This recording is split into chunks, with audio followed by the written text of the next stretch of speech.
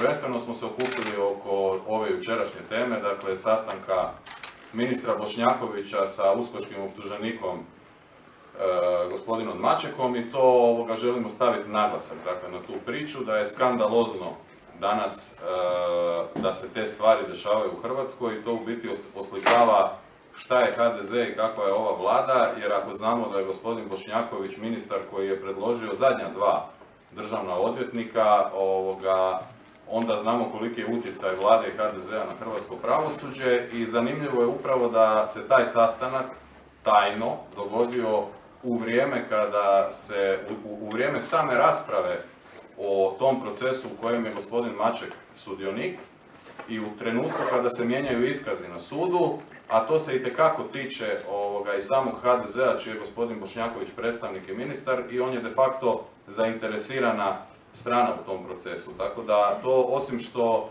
je politički pogubno za Hrvatsku u kojoj je percepcija pravosuđa i onako loša, to je i van svake obične kulture. Pa kako to, ministre, vi sa optuženikom uskočkim?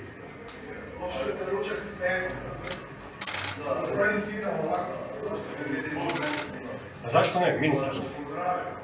Kako to vi se nalazite u restoranu sa optuženikom? Pa šta on? A optuženik je? Pa vi ste ministar pravosuđa. I nema veze.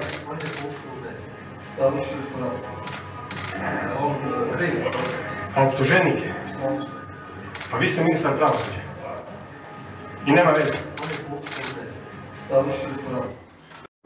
Ja nisam nikad govorio da smo mi političari bez mane, bez greške, kao što oni govore.